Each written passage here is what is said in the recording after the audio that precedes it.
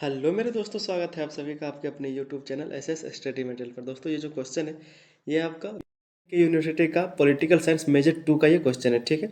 जो कि है चुनाव सुधारों की प्रमुख विशेषताओं का वर्णन करें।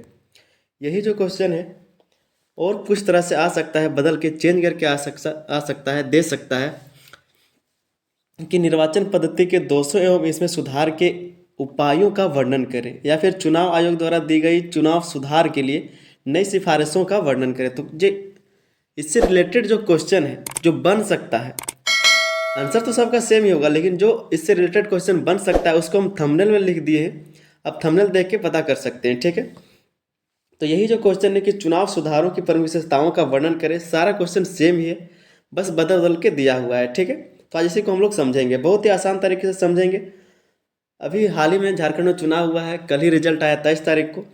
तो जो चीज़ आप लोगों ने देखा है या फिर आपने अगर वोट किया है, वोट दिया है, तो जो चीज़ आप लोगों से हुआ होगा या फिर आपने जो देखा होगा, सुना होगा, वही चीज़ सेम चीज़ इस क्वेश्चन में भी लिखना है, ठीक है। सेम चीज़ इस क्वेश्चन में भी बताना है। तो समझते हैं कि लिखना कैसे है, ठीक है। बहुत ही इंटरेस्टिंग होने वाला। अगर चैनल पर आप लोग नए हैं तो चैनल को सब्सक्राइब कर लीजिए।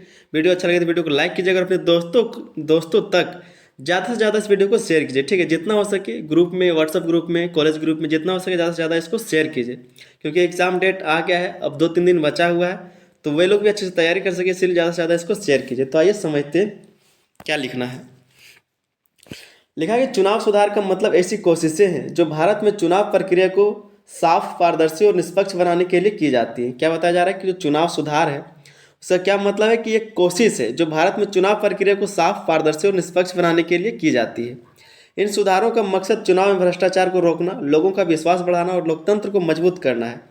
और ये जो सुधार है इसका मकसद है कि चुनाव में भ्रष्टाचार को रोकना, लोगों का विश्वास बढ़ाना और लोकतंत्र को मजबूत करना। इन सुधारों की मुख्य विशेषताएं निम्नलिखित है। और ये जो सुधार है इसकी जो विशेषताएं वो निम्नलिखित है, नीचे इसके बारे में विशेषताएं को लिखा गया है, उसको हम लोग समझेंगे, ठीक है। तो पहला जो विशेषता है वो है आपका मतदाता सूची की शुद्धता और सुधार। मतदाता सूची है उसका शुद्धता और सुधार, ठीक है। तो इसी को हम लोग समझेंगे। लिखा है कि चुनाव में सही और अद्यतन, अद्यतन का मतलब क्या होता है? अद्यतन का मतलब होता है अभी से, ठीक है, मतलब आज का। आज का समझिए कि अद्यतन मतलब होता है आज का, ठीक है। तो चुनाव में सही और अद्यतन मतदाता सूची का होना बहुत जरूरी है। अद्यतन का मतलब क्या? अभी का, ठीक है ना। तो चुनाव में सही और अद्यतन मतदाता सूची का होना बहुत जरूरी है। मतदाता सूची को आधार कार्ड से जोड़कर फर्जी वोटरों को हटाया जा रहा है। अब ई मतदाता पहचान पत्र से लोगों को डिजिटल सुविधा दी गई है। फर्जी मतदाताओं को हटाने और सही जानकारी दर्ज करने के लिए नियमित सुधार किए जा रहे हैं। ये जो पहला विशेषता है कि मतदाता सूची की शुद्धता और सुधार, इसमें क्या है कि जो आधार कार्ड है, ठीक है, उससे क्या है, वोटरों को जोड़ा जा रहा है और जो फर्जी वोटर है उसको हटाया जा रहा है। और ई मतदाता जो है पहचान पत्र से लोगों को क्या किया जा रहा है कि डिजिटल सुविधा दी जाती है, ठीक है। और फर्जी मतदाताओं को इससे हटाया जाता है और जो सही जानकारी है उसको दर्ज करने के लिए नियमित सुधार किया जा रहा है, ठीक है। इसी तरह से जो और कुछ विशेषताएं उसको हम लोग आगे समझेंगे। तो ये आपका पहला विशेषता था, मतदाता सूची की शुद्धता और सुधार। बहुत ही आसान तरीके से आपको समझ में आ जाएगा, बस वीडियो को आपको अंत तक देखना है। दूसरा जो है आपका ईवीएम और वीवीपैट का उपयोग, ठीक है। ईवीएम और वीवीपीएटी का उपयोग। ये ईवीएम तो जानते हैं आप लोग, इलेक्ट्रॉनिक वोटिंग मशीन है, जिसपे अभी कल मतलब कि कुछ दिन पहले आप लोगों ने वोट दिया होगा। और जो वीवीपैट है वो क्या है, तो जहाँ पर आपने वोट दिया उधर कहीं लेफ्ट या फिर राइट साइड में आपने देखा होगा कि एक पर्ची कट के गिरता है, ठीक है। मान लेते हैं कि आपने 1 नंबर पर वोट किया, 2 नंबर पर वोट किया, 3 पर वोट किया, तो उस पर जो भी उम्मीदवार था उसका नाम और उसका जो चिन्ह था वो एक पर्ची के रूप में कट के गिरता है बॉक्स में, ठीक है। तो उसी को बोलते हैं वीवीपैट। और ईवीएम तो ईवीएम मशीन होता है, तो इसी का उपयोग है, उसी को अभी हम लोग समझेंगे, ठीक है। तो आज क्या लिखा है कि ईवीएम इलेक्ट्रॉनिक वोटिंग मशीन, इससे मतदान प्रक्रिया तेज और सुरक्षित हुई है। वीवीपैट यह मशीन वोटिंग का पेपर प्रिंट दिखाकर मतदाताओं को आश्वस्त करती है कि उनका वोट सही जगह गया है। इन तकनीकों ने चुनावी धांधली को रोकने में मदद की है। क्या बताया जा रहा है कि जो ईवीएम, इससे जो मतदान की प्रक्रिया वो तेज और सुरक्षित हुआ है। और जो वीवीपैट है उससे क्या है कि जो मतदाता है वो आश्वस्त हो जाता है कि जहां पर हमने वोट करना चाहा, जिसको हमने वोट डाला है, वो सही जगह पर वोट गया, ठीक है। तो ये कंफर्मेशन के लिए वीवीपैट लगाया जाता है। आइए फिर तीसरा देख लेते हैं, चुनावी खर्च पर नियंत्रण। चुनावी खर्च पर नियंत्रण किया गया है इसे सुधार में, ठीक है। चुनाव सुधारों की प्रमुख विशेषताएं हैं, इसमें से एक है चुनावी खर्च पर नियंत्रण। समझेंगे इसमें लिखा है कि चुनावों में पैसों के गलत इस्तेमाल को रोकने के लिए कड़े नियम बनाए गए हैं। उम्मीदवारों के खर्च की सीमा तय की गई है। चुनाव आयोग हर उम्मीदवार के खर्च की निगरानी करता है। काले धन और अवैध फंडिंग पर रोक के लिए सख्त कदम उठाए गए। जो चुनावी खर्च है उस पर नियंत्रण लगाया गया है। वो भी किस लिए? जो भी चुनाव में जो भी उम्मीदवार खर्चा करता है उस पर चुनाव आयोग का निगरानी होता है, वो देखता है कितना खर्च हो रहा है, उसके लिए एक सीमा भी तय किया गया है, ठीक है। क्योंकि जो भी काला धन कमाता है लोग, बहुत सारा ऐसा है जो ब्लैक मनी कमाता है, ठीक है, तो उसको क्या करता है कि चुनाव में फंडिंग के तौर पर लगाया जाता है।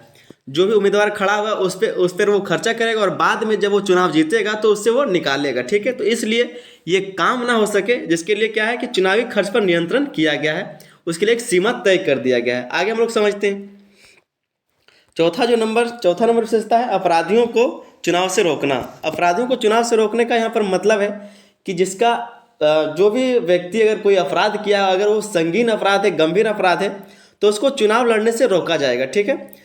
ऐसे कोई छोटा मोटा अगर अपराध है तो उसके लिए वो चुनाव लड़ सकता है, लेकिन अगर कोई संगीन अपराध है तो उसके बाद वो चुनाव नहीं लड़ सकता। तो वही लिखा है अपराधियों को चुनाव से रोकना। इसमें लिखना क्या कि गंभीर अपराधों में दोषी ठहराए गए व्यक्ति चुनाव नहीं लड़ सकते। गंभीर अपराधों में दोषी ठहराए गए व्यक्ति चुनाव नहीं लड़ सकते। हर उम्मीदवार को अपनी संपत्ति, शैक्षणिक योग्यता और आपराधिक रिकॉर्ड की जानकारी देनी होती है। जो भी उम्मीदवार चुनाव के लिए खड़ा होता है उसको अपनी संपत्ति का, शैक्षणिक योग्यता और आपराधिक रिकॉर्ड जो भी उसका रहा है आज तक का, उसको वो जमा कराना पड़ता है, देना पड़ता है, ठीक है। इससे राजनीति में अपराधीकरण कम करने में मदद मिली है। इससे क्या है कि राजनीति में अपराधीकरण जो है, अपराध है, उसको कम करने में मदद मिला है। फिर आपका पांचवा विशेषता है राजनीतिक दलों की पारदर्शिता। राजनीतिक दलों की पारदर्शिता ये पांचवी विशेषता है। समझते हैं इसमें क्या लिखा है। लिखा है कि राजनीतिक दलों को अपने आय और खर्च का हिसाब देना अनिवार्य है। जो भी राजनीतिक दल है उसको अपने आय और खर्च का हिसाब देना अनिवार्य है। क्यों? किसको देगा? तो चुनाव आयोग को देगा, ठीक है। अज्ञात स्रोतों से मिलने वाले चंदे की सीमा कम की गई है। चुनावी बॉन्ड जैसी योजनाओं के जरिए धन प्राप्ति को पारदर्शी बनाया गया है। बताया जा रहा है कि जो अज्ञात स्रोत है, जहां पर फंडिंग तो होता है, पैसा दिया जाता है, चंदा दिया जाता है, लेकिन वहां पर नाम नहीं होता है। मान लीजिए कोई 10 करोड़ दे दिया तो उसके लिए तो कोई नाम चाहिए ना, क्योंकि इतना बड़ा रकम अगर कोई देता है तो उसके लिए नाम होना अनिवार्य है, ठीक है। तो इसी चीज़ को रोका गया है। क्या लिखा है कि अज्ञात स्रोतों से मिलने वाले चंदे की सीमा कम की गई है। अज्ञात स्रोत अगर जो अपना नाम नहीं बता रहा तो वो चंदा जो है कम दे सकता है, ज़्यादा नहीं दे सकता है, ठीक है। तो इस तरह का जो है सुधार किया गया है। आगे देखते हैं और क्या है। फिर छठा नंबर है एक राष्ट्र एक चुनाव का प्रस्ताव। एक प्रस्ताव दिया गया है चुनाव आयोग के द्वारा कि एक राष्ट्र एक चुनाव का प्रस्ताव, ठीक है। इसमें क्या है कि जब लोकसभा का चुनाव होता है तो उसी समय विधानसभा का भी चुनाव किया जाए, ताकि पैसे का बचत हो, समय का बचत हो, निर्णय जल्दी आए। और इसके साथ साथ क्या है कि जो आचार संहिता लागू किया जाता है जिससे कि सरकारी कामकाज रुक जाता है, तो ये भी कम होगा, ठीक है। इसके लिए क्या है, एक राष्ट्र एक चुनाव का प्रस्ताव लाया गया है। फिर आपका 7वां नंबर का क्वेश्चन विशेषता है कि मतदाता को सशक्त बनाना। मतदाता को सशक्त बनाना, ठीक है। इसमें क्या है कि NOTA, NOTA, none of the above, ठीक है। यह विकल्प मतदाता को असंतोष व्यक्त करने का अधिकार देता है। ये जो नोटा है, कोई अगर उम्मीदवार खड़ा है, 10 उम्मीदवार खड़े हैं, ठीक है, अगर आपको उनमें से कोई प्रत्याशी जो है सही नहीं लग रहा है, अच्छा नहीं, पसंद नहीं है, तो आप नोटा का विकल्प चयन कर सकते हैं, ठीक है। आप नोटा पर वोट कर सकते हैं। तो इससे क्या है कि असंतोष व्यक्त करने का अधिकार देता है ये नोटा, ठीक है। लिखा है कि बुजुर्ग, दिव्यांग और दूर दराज के इलाकों में रहने वाले मतदाताओं के लिए विशेष सुविधाएं दी जाती है। चुनावों में अधिक लोगों की भागीदारी के लिए जागरूकता अभियान चलाए जाते हैं। जो दिव्यांग है, बुजुर्ग है या फिर दूर दराज इलाकों से वोट करने के लिए आते हैं, उनके लिए क्या है कि विशेष सुविधाएं की जाती है। जैसे कि व्हील चेयर का व्यवस्था किया जाता है। बूथ पर भी आप लोगों ने देखा, अगर वोटिंग करने के लिए गए होंगे तो उसमें क्या है कि चुनाव में अधिक लोगों की भागीदारी के लिए जागरूकता अभियान में चलाए जाते हैं। और कई तरह के जागरूकता अभियान में चलाए जाते हैं कि ताकि लोग जो है जाके वोट करें, ठीक है। फिर आपका 8वां जो विशेषता है सोशल मीडिया और फर्जी खबरों पर नियंत्रण। इसमें क्या है कि चुनाव प्रचार के दौरान सोशल मीडिया के दुरुपयोग को रोकने के लिए नियम बनाए गए हैं। फर्जी खबरें और गलत प्रचार सामग्री पर सख्त नज़र रखी जाती है। चुनाव आयोग ने डिजिटल प्रचार सामग्री पर निगरानी के लिए तकनीकी टीम बनाई। क्या बताया जा रहा है कि जो सोशल मीडिया है और जो फर्जी खबर है उस पर नियंत्रण बनाया गया है। क्यों? क्योंकि जब चुनाव प्रचार होता है तो उसके दौरान सोशल मीडिया का जो दुरुपयोग हो सकता है, लोग उसका दुरुपयोग कर सकते हैं, फर्जी खबर को फैला सकता है, फर्जी जो सामग्री उसको फैला सकता है। तो इस चीज़ों पर क्या है कि सख्त नज़र बनाया जाता है चुनाव आयोग के द्वारा। और चुनाव आयोग ने डिजिटल प्रचार सामग्री पर निगरानी के लिए तकनीक टीम बनाई है, ठीक है, एक टेक्नोलॉजी टीम बनाई है, जिससे क्या है कि इन चीज़ों पर नज़र रखी जा सके। फिर 9वां नंबर विशेषता कि चुनाव आयोग को सशक्त बनाना। 9वां नंबर विशेषता है चुनाव आयोग को सशक्त बनाना। इसमें क्या है कि चुनाव आयोग को ज़्यादा अधिकार और स्वायत्तता दी गई है। चुनाव आयोग को ज़्यादा अधिकार दिया गया है, ज़्यादा शक्ति दिया गया है, ठीक है। इसे वित्तीय और प्रशासनिक स्वतंत्रता मिली है, इसे वित्तीय और प्रशासनिक स्वतंत्रता भी मिली है। निष्पक्ष और पारदर्शी चुनाव कराने के लिए इसे मजबूत बनाया गया है।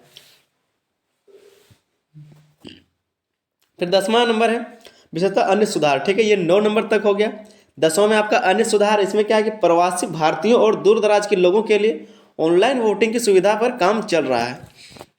जो प्रवासी भारतीय हैं, मान लेते हैं अगर भारत में लोकसभा चुनाव है तो अगर कोई बाहर में, ठीक है, भारत से बाहर गए तो वहाँ से वो ऑनलाइन वोटिंग कर सकते हैं। अगर कोई स्टेट में चुनाव है विधानसभा का और अगर वो उस स्टेट में नहीं है, दूसरे जगह पर है, तो वहाँ से भी वो ऑनलाइन वोटिंग कर सकते हैं। इस चीज़ के लिए, इस सुविधा के लिए क्या है कि काम चल रहा है। पर्यावरण के अनुकूल प्रचार सामग्री का उपयोग किया जा रहा है और पर्यावरण के अनुकूल जो चीज़ सामग्री है, जिससे पर्यावरण को कोई हानि ना पहुँचे, उन चीज़ों का खोज किया जा रहा है, उन चीज़ों का उपयोग किया जा रहा है। चुनावी हिंसा और बूथ कैप्चरिंग की घटनाओं को रोकने के लिए सख्त कानून बनाए गए। और जो चुनावी हिंसा है, बूथ पर क्या है कि कभी कभी बूथ पर कैप्चर करके लोग अपने प्रत्याशी को वोट डाल देते हैं, तो इस तरह का जो चीज़ है उस पर सख्त कानून बनाया गया है। आगे इसके बाद हम लोग देखेंगे इसके निष्कर्ष को। एक बार हम लोग इसके निष्कर्ष को लिख लेंगे 2-4 लाइन में, तो पूरा का पूरा आपका सारांश बन जाएगा, ठीक है। क्या लिखा है कि चुनाव सुधार भारतीय लोकतंत्र को मजबूत और विश्वसनीय बनाने के लिए बेहद जरूरी है। चुनाव सुधार जो भारतीय लोकतंत्र को मजबूत और विश्वसनीय बनाने के लिए बेहद जरूरी है। इनसे न सिर्फ चुनावी प्रक्रिया पारदर्शी बनी है बल्कि लोगों का लोकतंत्र में विश्वास भी बढ़ा है। हालांकि सुधारों का यह सिलसिला लगातार जारी रहना चाहिए ताकि चुनाव प्रणाली और बेहतर हो सके और देश में सच्चे लोकतंत्र की भावना बनी रहे। तो ये आपका क्वेश्चन का आंसर था। चुनाव सुधारों की प्रमुख विशेषताओं का वर्णन करें। 2-3 तरह से इस क्वेश्चन को घुमा के दे सकता है, जो आपको पूरा थंबनेल में क्वेश्चन मिल जाएगा, ठीक है। तो दोस्तों अगर आप चैनल पर नए थे तो चैनल को सब्सक्राइब कर लीजिए। सब्सक्राइब करना बिल्कुल ना भूलें, क्योंकि एग्जाम का टाइम आप लोग का आ गया है और सभी सब्जेक्ट का तैयारी जो है आपका इसी चैनल पर कराया जाएगा। तो चैनल को सब्सक्राइब कर ले, वीडियो को अपने दोस्तों तक ज़्यादा से ज़्यादा शेयर करें। मिलते हैं किसी अगले वीडियो में, तब तक के लिए धन्यवाद। जय हिंद।